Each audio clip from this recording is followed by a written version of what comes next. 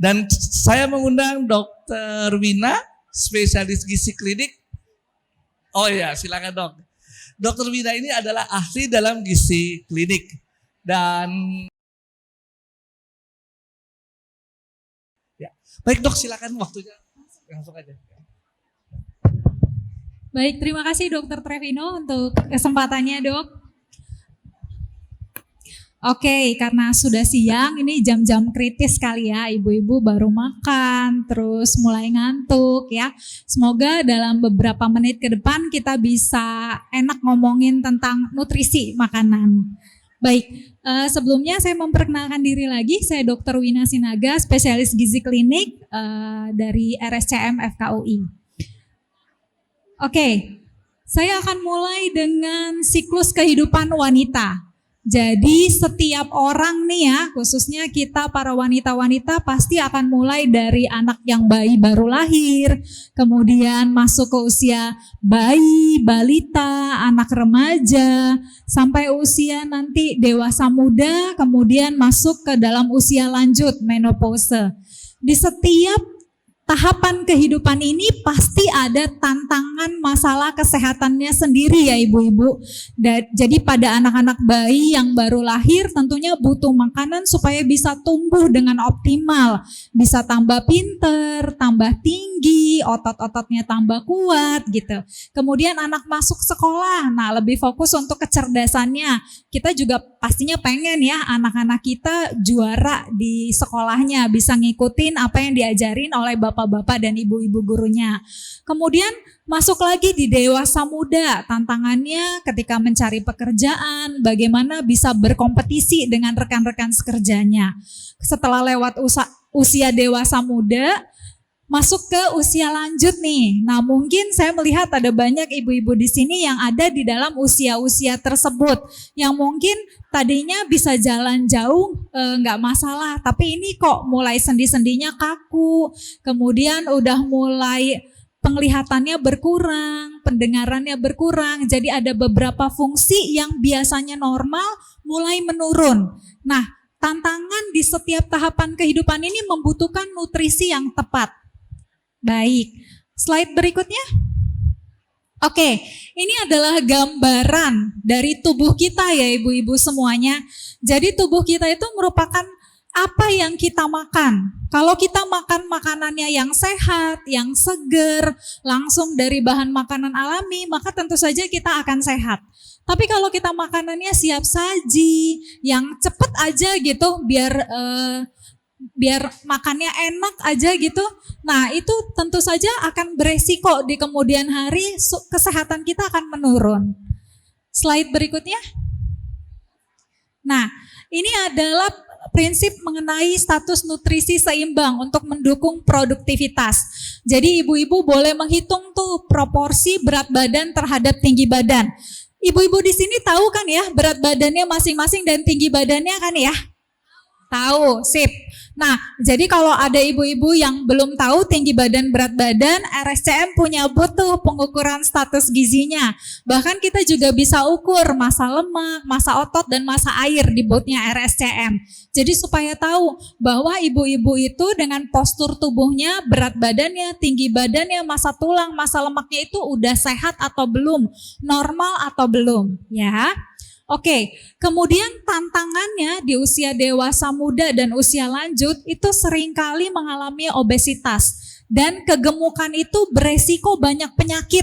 Jadi seperti akar dari sebuah pohon, ke depannya beresiko darah tinggi, beresiko sakit gula, beresiko stroke, kemudian penyakit jantung. Jadi ini harus diperhatikan.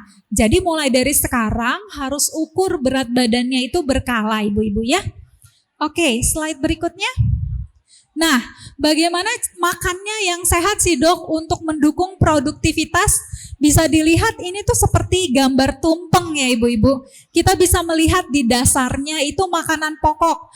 Makanan pokok itu nasi, kemudian ubi, roti, singkong, jagung, gandum.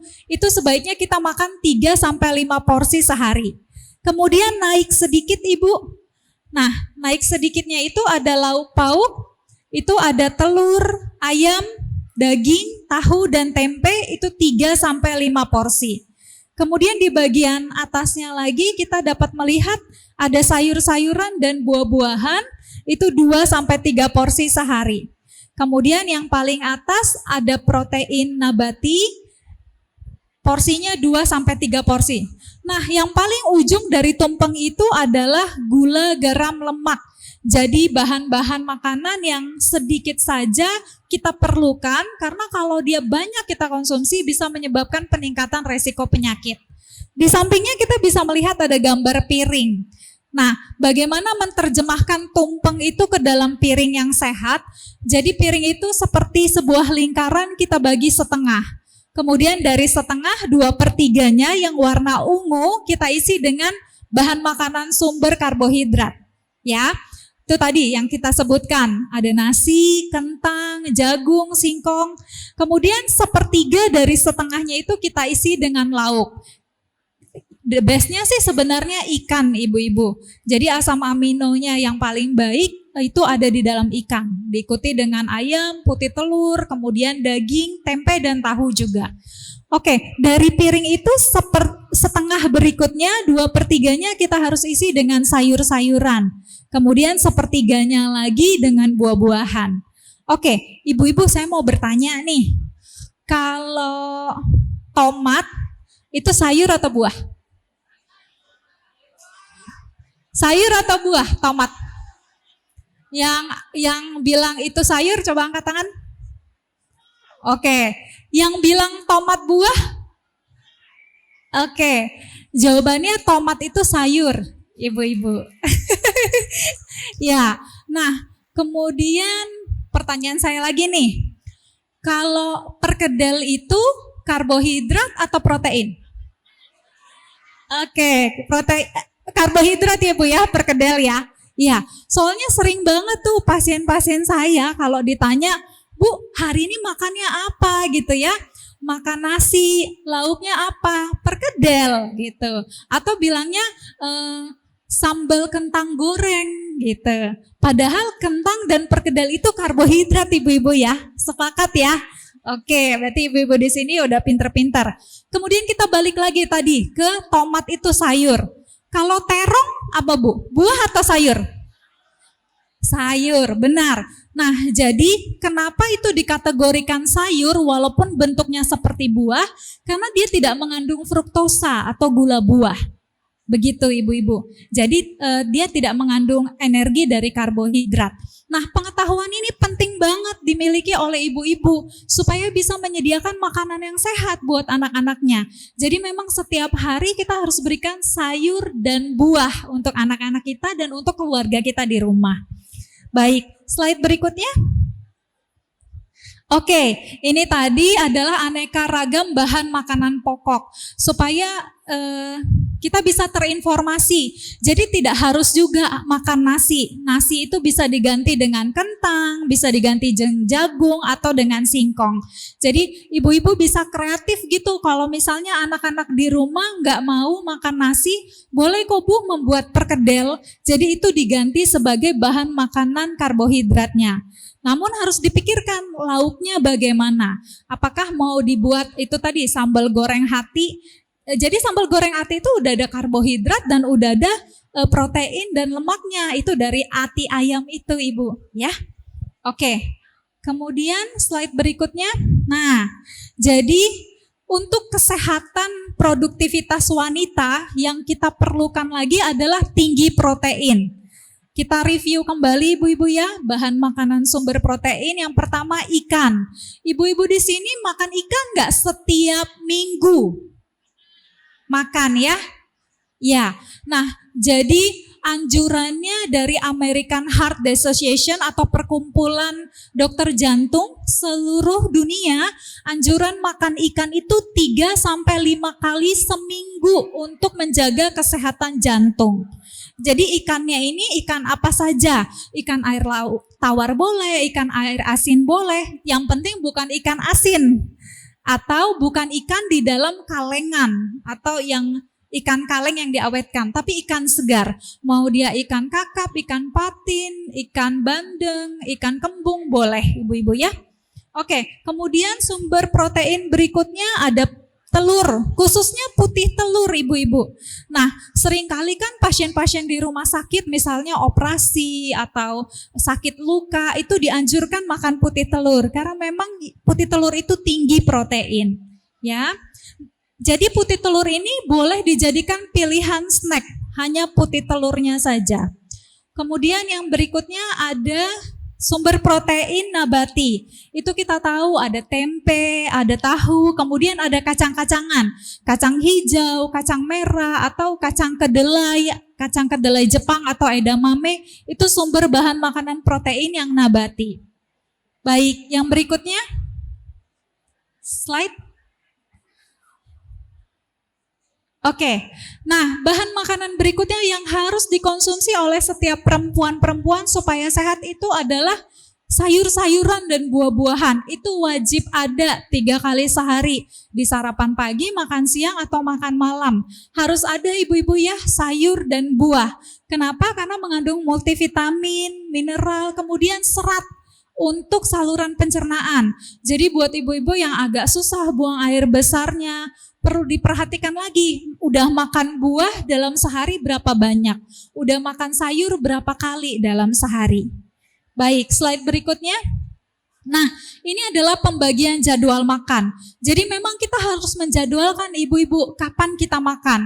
Baiknya itu makan setiap hari teratur jamnya sama setiap hari. Kenapa? Karena itu baik untuk kita bilangnya sih sirkadian atau pengaturan waktu pencernaan, enzim-enzim dan hormonal di dalam tubuh kita.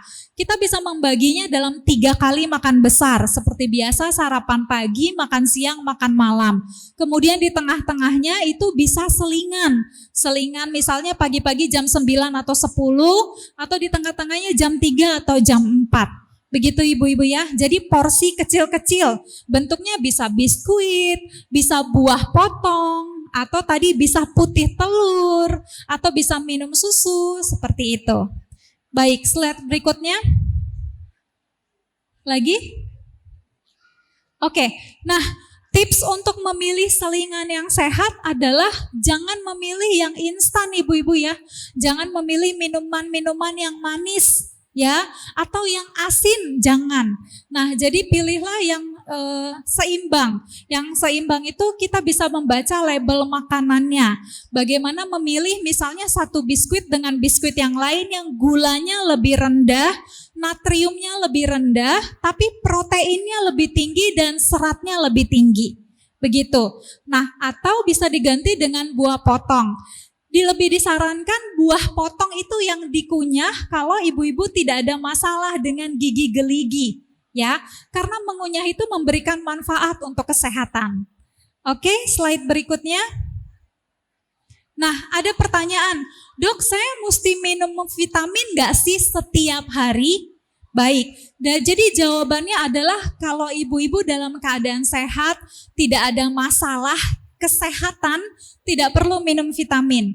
Jadi makan sehari 3 kali makan pokok dan 2 kali makan selingan itu cukup. Tapi kalau ibu ada masalah, misalnya kita baru saja melewati era pandemi COVID-19, di mana ketahanan tubuh kita tuh terancam. Nah, di situ kita membutuhkan vitamin dan mineral. Atau kalau ibu-ibu ada masalah dengan penyembuhan luka.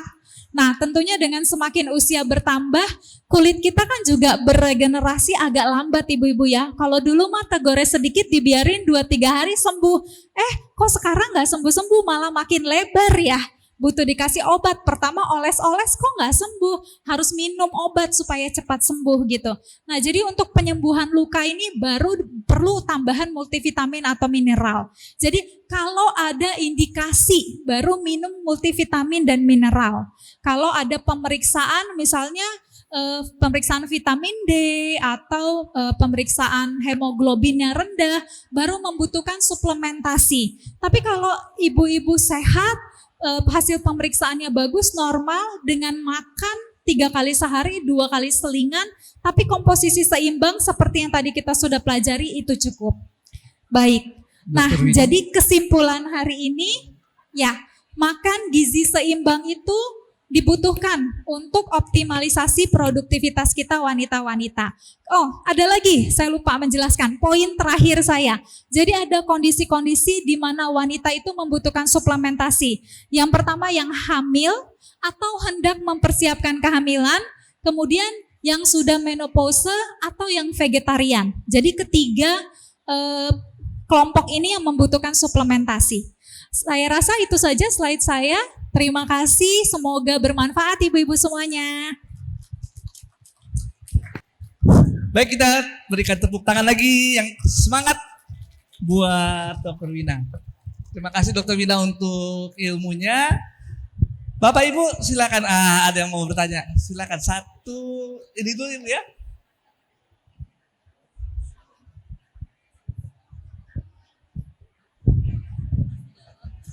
Cek.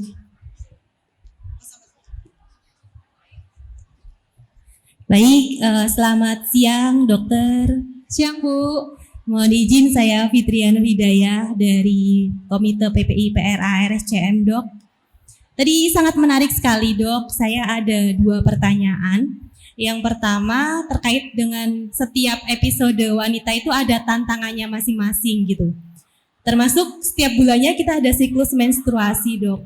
Nah saya itu kalau mau mens itu tuh pusing dok, jadi dapat informasi kan kita saat menstruasi itu ada ketidakseimbangan hormon, terus minum salah satu penambah darah gitu ya dok ya.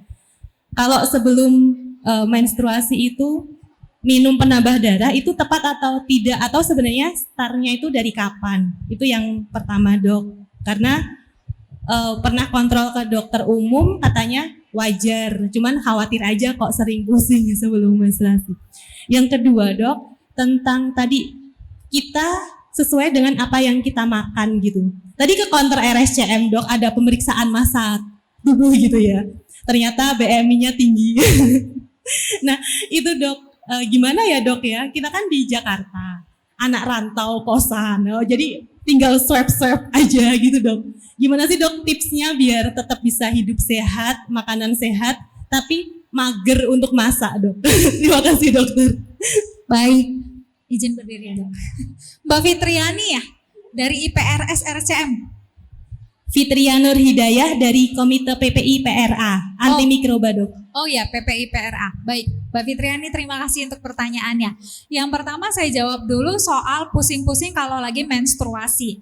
Ya, nah jadi kita periksa dengan jelas supaya tahu hasilnya hitam di atas putih gitu ya Mbak ya. Yang pertama saya anjurkan periksa tekanan darah dulu. Karena isu tentang menstruasi ini ada 2. Yang pertama cairan yang keluar dari dalam tubuh. Yang kedua tentu saja darah yang keluar dari dalam tubuh yang bawa hemoglobin, yang bawa makanan-makanan. Jadi periksa tekanan darah, kemudian periksa hemoglobinnya saya anjurkan justru tidak pada saat menstruasi gitu. Nah jika hemoglobinnya pada saat tidak menstruasi memang di bawah normal, itu memang memerlukan suplementasi tidak hanya zat besi tapi juga folat dan juga vitamin B kompleks. Tapi saya tetap anjurkan bahan makanan yang tinggi protein, tinggi zat besi, tinggi B kompleks, asam folat itu boleh dikonsumsi. Biasanya memang itu ada di dalam protein sih Mbak. Jadi pada ikan, ayam, telur, kemudian kacang-kacangan itu tinggi. Ya, jadi periksa dulu tekanan darah, periksa hemoglobin. Kalau hemoglobinnya rendah, itu perlu suplementasi. Begitu jawabannya, ya. Oke, kemudian yang kedua tadi, boleh nanti konsul, ya. Karena untuk program penurunan berat badan itu membutuhkan pendampingan. Ya, pendampingan bisa oleh kita dokter spesialis gizi klinik. Yang pertama yang mau saya anjurkan adalah meningkatkan pola hidup yang aktif, Mbak. Jadi kalau misalnya bisa memilih berjalan kaki atau naik tangga dibandingkan dengan naik lift, pilihlah yang berjalan dan naik tangga. Tapi dengan catatan tidak ada sesak ya, tidak ada sesak nafas, tidak ada darah tinggi, seperti itu. Kemudian ini juga satu tantangan memang pada masyarakat perkotaan untuk memasak. Tapi penelitiannya di Johns Hopkins Amerika, memasak itu lebih menyehatkan. terbukti memang menyehatkan. Karena gini, kita mengetahui mulai dari membeli bahan makanan itu kita pasti tahu itu udah seger gitu ya. Kemudian kita menyiangi udah pasti bagian-bagian yang busuk itu kita buang gitu.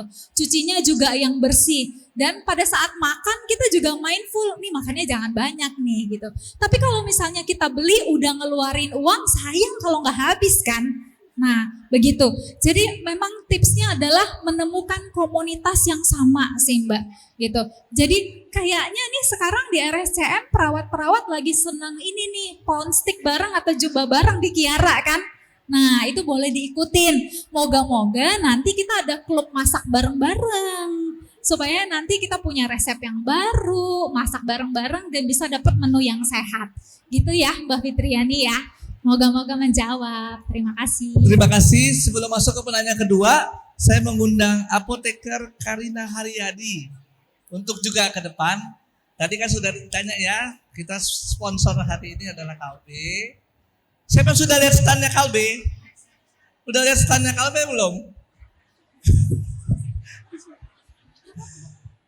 Ya, bicara tentang gizi ya, ada di sini juga apoteker Karina Haryadi yang bisa menjawab juga nih apa-apa yang berkaitan dengan bagaimana kita menyehatkan makanan dan sebagainya. Menyehatkan diri dari makanan gitu ya, bukan menyehatkan makanan.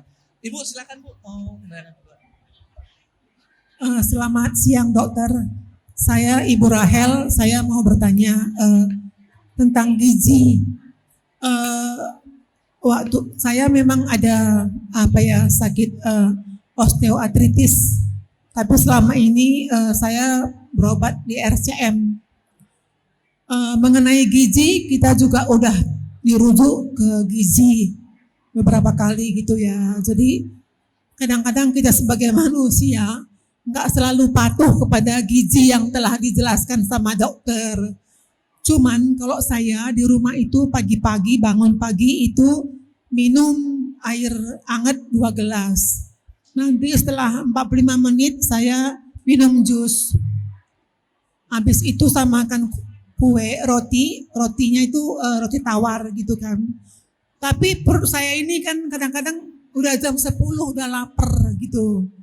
Terus saya minum susu gitu loh, minum susu. Terus nanti jam 12 saya makan, kadang-kadang saya makan nasi sama ikan. Kalau ikan itu nggak pernah ketinggalan ya. Hampir dikatakan setiap hari saya makan ikan.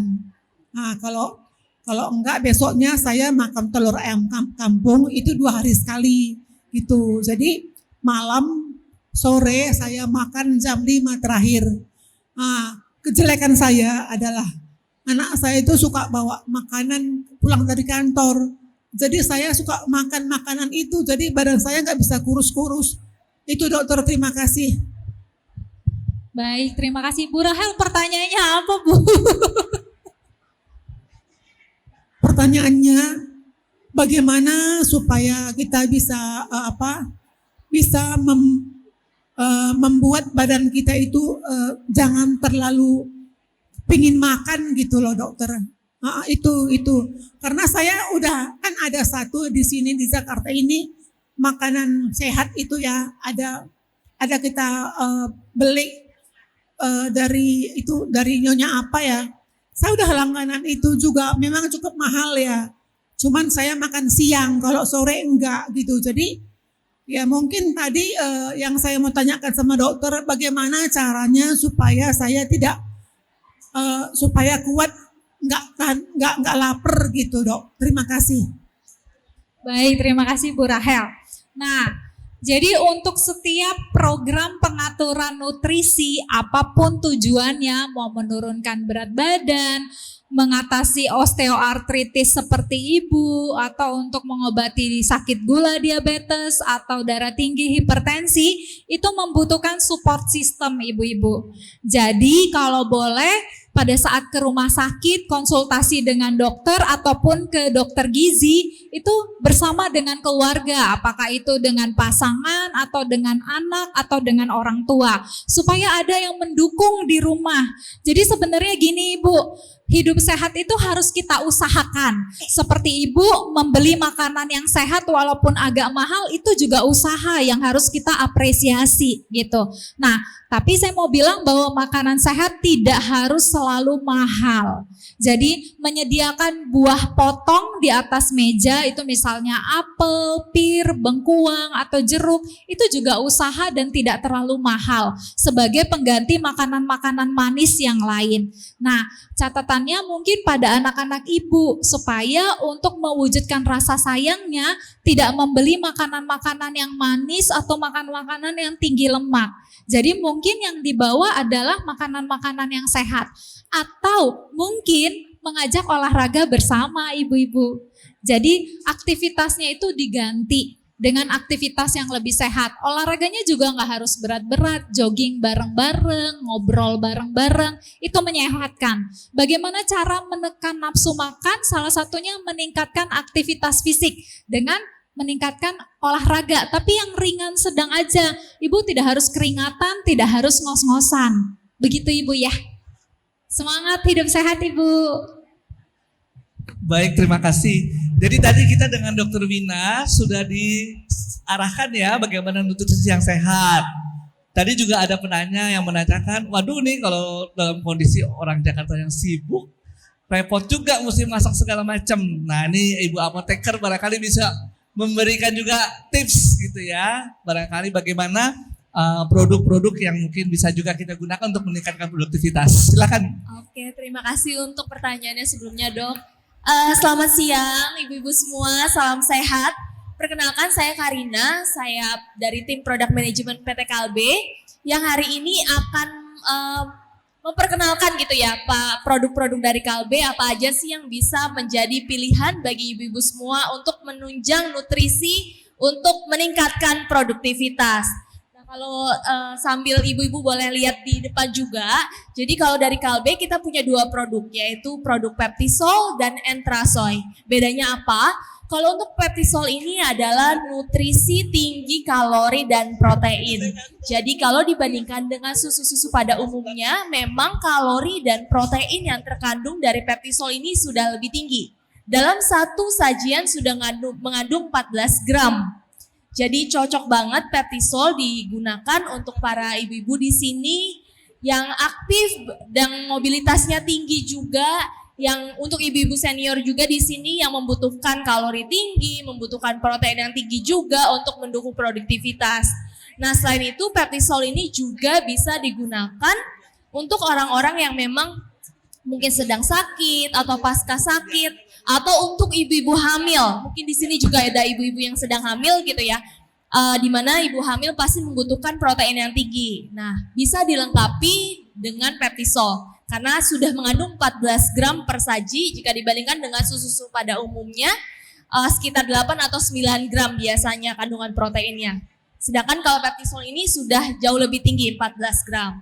Nah, selain itu kita juga ada satu produk lain yaitu Entrasoy. Entrasoy ini adalah nutrisi seimbang dengan 100% protein nabati.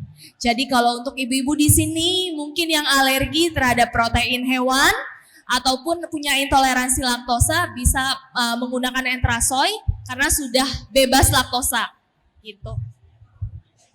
Baik, terima kasih ya Ibu Karina. Jadi tadi kan ada saran misalnya kalau telur yang bagus putihnya, nanti dibuang kuningnya sayang ya.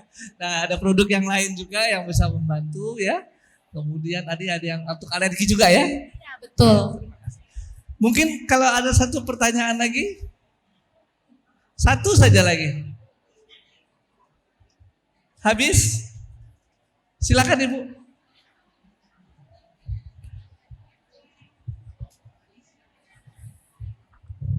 Selamat sore dokter, terima kasih atas kesempatan. Saya itu nggak doyan buah sama sayur, terus makan suplemen apa yang bagus? Terima kasih. Baik, nah kalau bicara nggak suka sayur atau buah, agak sulit nih Ibu, karena buah-buahan tuh banyak banget sebenarnya, sayur-sayuran juga banyak. Saran saya yang pertama dari antara yang banyak jenisnya itu dicobain yang mana yang kira-kira Ibu bisa nyaman di lidah. Kemudian alternatif berikutnya agar-agar. Jadi boleh masak agar-agar, itu bisa memenuhi kebutuhan serat. Tapi untuk vitamin dan mineral tidak, Ibu. Nah, jadi mungkin kalau untuk bahan makanan sumber yang lain, untuk vitamin, mineral, serat seperti yang sudah disampaikan oleh Mbak Karina yang tadi. Bisa minum susu, tapi dipilihkan susunya yang memang mengandung vitamin, mineral, dan serat. Ya, Ibu. Jadi itu dia. Terima kasih. Baik, terima kasih. Ibu Karina mau nambahin lagi? Ya, mungkin untuk para ibu-ibu di sini yang ingin tahu lebih lanjut gitu ya tentang dua produk kami yaitu Peptisol dan Entrasoy, boleh juga mampir-mampir ke booth kami. Di situ juga ada pemeriksaan kesehatan juga bisa dimanfaatkan. Baik, terima kasih banyak. Kita berikan aplaus buat Ibu Dr. Vina dan Ibu Apoteker Karina. Terima kasih banyak dokter dan Ibu untuk atas pembagian ilmunya. Bapak Ibu, tadi kita sudah, boleh silakan. Terima kasih. Tadi kita lihat dapat hadiah katanya yang nanya ya.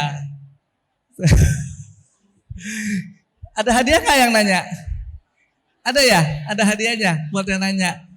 Tadi Ibu ya yang menjawab kalbe tadi ya. Oh, harus dapat dari ini. Mari Bu, ke depan Bu. Berapa penanya? 3. Tadi yang Ibu dari RSCM. Sama terakhir ya Ibu, silakan. Saya kembalikan ke MC ya.